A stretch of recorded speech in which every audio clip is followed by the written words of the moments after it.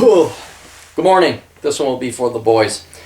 Sponsored to you by Top Shelf. Okay, I'll put it up here. I was too lazy. There it is. I was too lazy to do the editing today.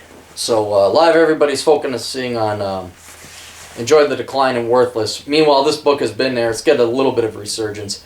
But that is the top best of the best posts, cream of the crop posts from Captain Capitalism, the blog that I run. And it took me about 6 hours to go through the blog and get those best posts, just to identify them. And so he said, well, why would I buy the book if it's on the blog free? Because it's going to take you more than 6 hours, because I remembered what I wrote that was good. And if you take 6 hours, let's say it takes you 8 hours, you prorate that at the regular wage the average American makes, you're going to spend a hell of a lot more time in terms of forfeited earnings trying to find those posts than just buying the darn book. And yes, it is available on Kindle. Now, today I want to do a real quick one, because yesterday, I believe, or 2 days ago, I did a video on what was essentially the law of demand. I used the law of demand. I really broke it down simply using diamonds and moon rocks to explain how there's you have a certain amount of money and there's only a finite supply of stuff, and then that determines price or value. And then if you just simply increase the amount of money there is in the economy, that doesn't change the supply, so the price of the moon rocks and the diamonds go up. However, there is a practical application, especially for the young men, especially for the boys, you 13-year-old boys. It applies to all guys, but men in their 50s, definitely their 50s, if not certainly their 30s and up, they should know this already. But this is for the younger boys, 13-year-old boys who don't know any better, because you're 13, you like girls, you don't know what to do. But we're going to use the law of supply to show you how. And this is going to save you years of strife and agony, especially if you're 13, 14, you're watching this. And if you're 50, 40, you're in your 30s, and you still haven't figured this out, then it's going to explain a lot of things to you. Oh, that's all. So we're going to use some economics to save you a lot of angst. Right? If you think about it, okay, you're 13 years old, you see Susie, you want to go talk to Susie. How do you get Susie? Okay. Well, what you're going to do is you're going to give Susie something that she demands. And all women, they all demand something. It's one universal thing women demand, girls demand. And do you know what it is? It's very think about it. You have it? No? No? Attention. Women crave attention. Now, they've done studies where they've taken blood out of the woman, they had no more blood in her system, and they just gave her attention. They live fine. They live perfectly fine. It is their lifeblood. They crave attention. Where do they get attention from? Men. Okay? So in this economic model, this little world, the men are the supplier of attention, and the women are the demanders of attention. Okay? Now, if you are, once again, little 13-year-old Johnny, and you see little Susie, and you don't know how to approach Susie, you don't know how to get Susie, your natural, logical, biological psychology, your instinct, is to go talk to Susie or do something. Right? You're going to bumble, you're going to be an idiot just like the rest of us, don't worry about it. Everyone was there. But what you'll end up inevitably doing is giving Susie attention. It could come in the form of you trying to talk to her, the form of you trying to give her a note, I guess maybe text. I don't know what kids do now. I bet you the teachers don't even confiscate. There's no notes to confiscate. It's just text. But whatever it is, you're going to give Susie attention. Now, this is going to seem counterintuitive, but we're going to use economics to explain why this is bad.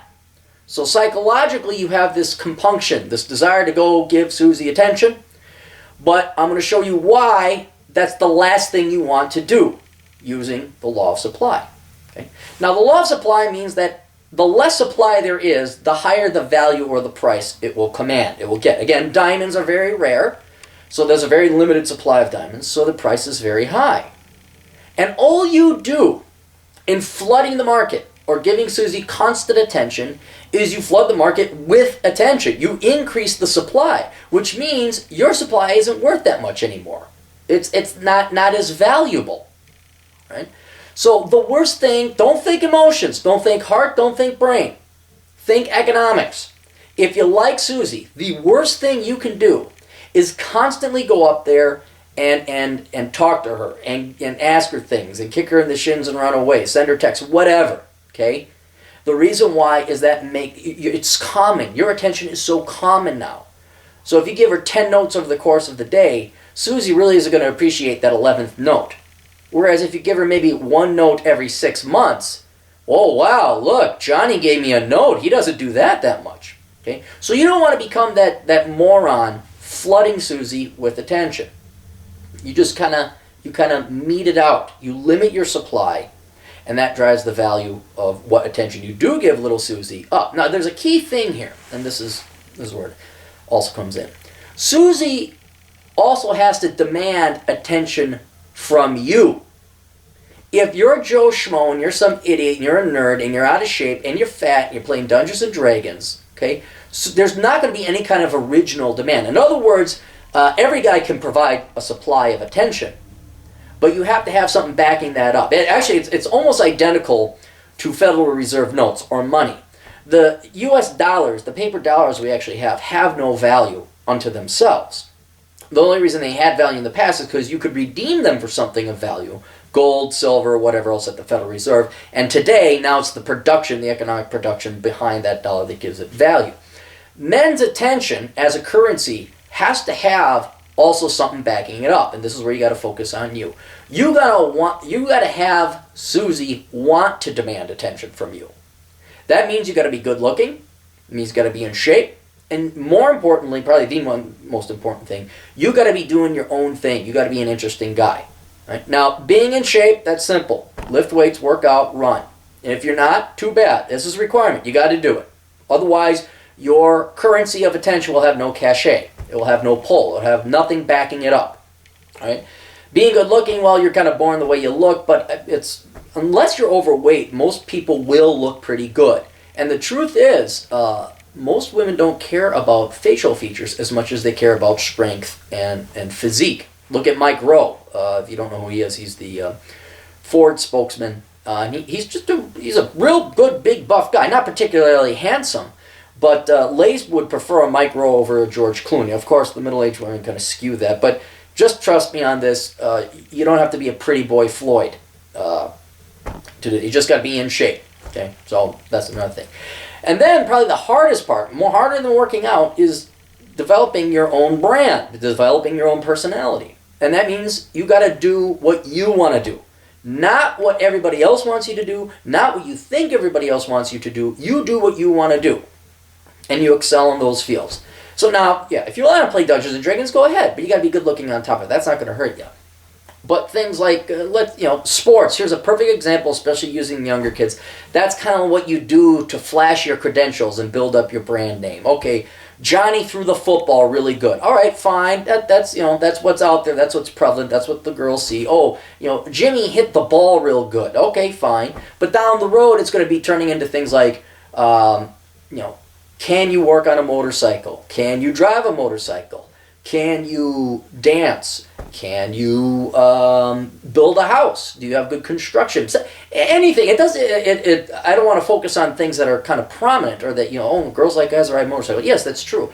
But it's anything that you can do that you would excel in and build up your brand name. Then you also have to be clever and witty and funny on top of it. That, again, watch some Victor Borga videos and watch some of the drier comedians out there. And you'll develop it. But in the end, it's all about you. You got to build yourself up to be an interesting person. Now, are you going to do that at the age of 13? No. That's why sports are pretty much your only shot is to go and be on a team. Okay, so, but at the same time, musical, there's another thing. You could go be a band. You want to know why all the girls like guys in a band? Because they're in a band. You are demonstrating a skill and a talent. You're showing you're more than just some guy that goes home and play video games.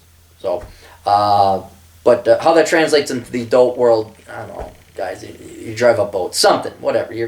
I know it sounds childish and stupid, and it is, but it's a lot of that puffing of the chest and the peacocks with the feathers type of thing. It's dumb, but those are the rules. Those are the rules we got to play by. So once you got all that, then now your attention has something backing it up. It has cachet. It has pull. Again, though, don't flood the market with attention. If you are on the baseball team, or wrestling, or on even the debate team, or you're in a band, and you're charming, and you're funny, and you're witty, you still don't go and flood little Susie with attention. Because even if you're the greatest guy ever, you're going to run the risk, if you give her too much attention, of going from, oh yeah, another note from Johnny, to you're harassing her, you're annoying her, and then the worst position to be in is stalker. All right? Stalkers have no game. If you look at all the stalkers have nothing to offer. The only thing they can do is give attention with no cachet or no production backing it up. They just got one button, and that's attention. They flood the poor girl with attention, and they hope that somehow this girl's going to find them attractive. And all they do is they just dilute themselves. They dilute their attention to the point it's not only worthless, it's damaging and scaring the women away. All right? So you don't want to become that. You gotta, and then you mete out, you limit your supply. Kind of like Steve McQueen. If you don't know who he is, look him up, watch a couple of his movies, you got it. Now, the other aspect of this, in terms of limiting supply, was like, how do I limit supply? Like, well, how do I talk to Susie, or how do I get Susie if I'm not supposed to even give her any attention? Well, you don't ignore her completely, you don't not give her the time of day, but you give her a little bit of attention.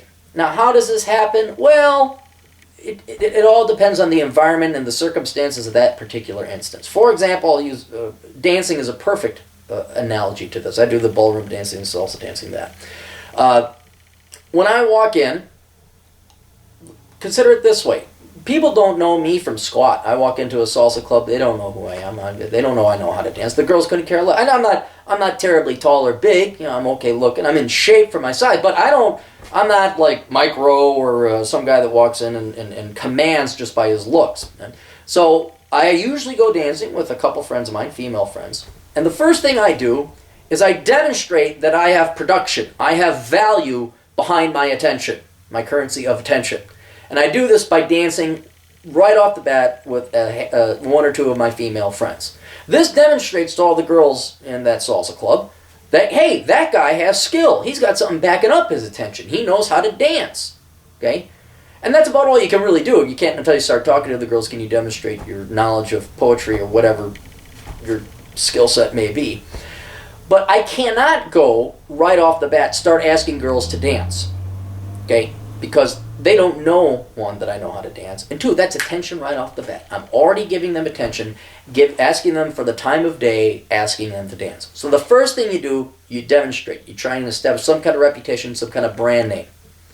Then once it's known that you know how to dance, okay, then I start approaching the girls and asking them to dance. And night and day difference, really, night and day. Now, not all of them say yes, some of them don't even know how to dance, but it is a night and day difference when you go in there with a ringer first, showing everybody that you do know how to dance, and then ask ladies to dance, instead of just going in there cold turkey starting to ask girls to dance. Right? Now, do I ask girls right off like I do one dance with Amy, my buddy, and then one dance with Rachel, my other buddy, and then I just start plugging away at all? No! I'll dance half the night with my two female friends, and not every time go out there and dance. Then you're bragging.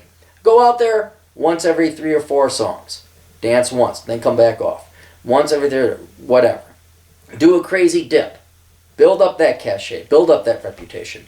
And then when the night is half over, and the ladies are wondering, is he going to ask me to dance? Then I'll start going and asking girls to dance. And even then, I'll go ask the grandma to dance. Don't ask the hot chicks to dance. Ask their grandmother if they're there. At weddings, it's the same thing. Don't ask the hot, and then in the 11th hour, in the 7th inning stretch, then you start to ask the 1 or 2 or 3 girls that you had your eye on the entire evening. Then you go up to Susie with a note. And it's not even a note. It's just like, hey, you want to dance?